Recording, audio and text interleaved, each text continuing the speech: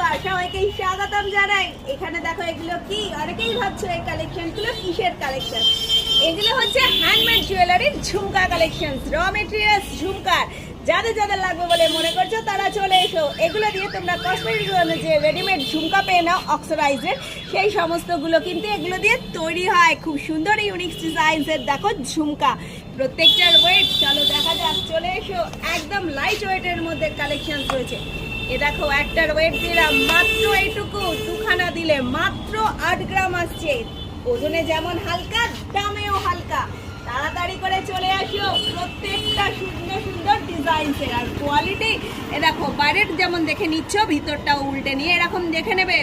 first class 1 নম্বর কোয়ালিটির র material নিতে হলে খড়দহ স্টেশন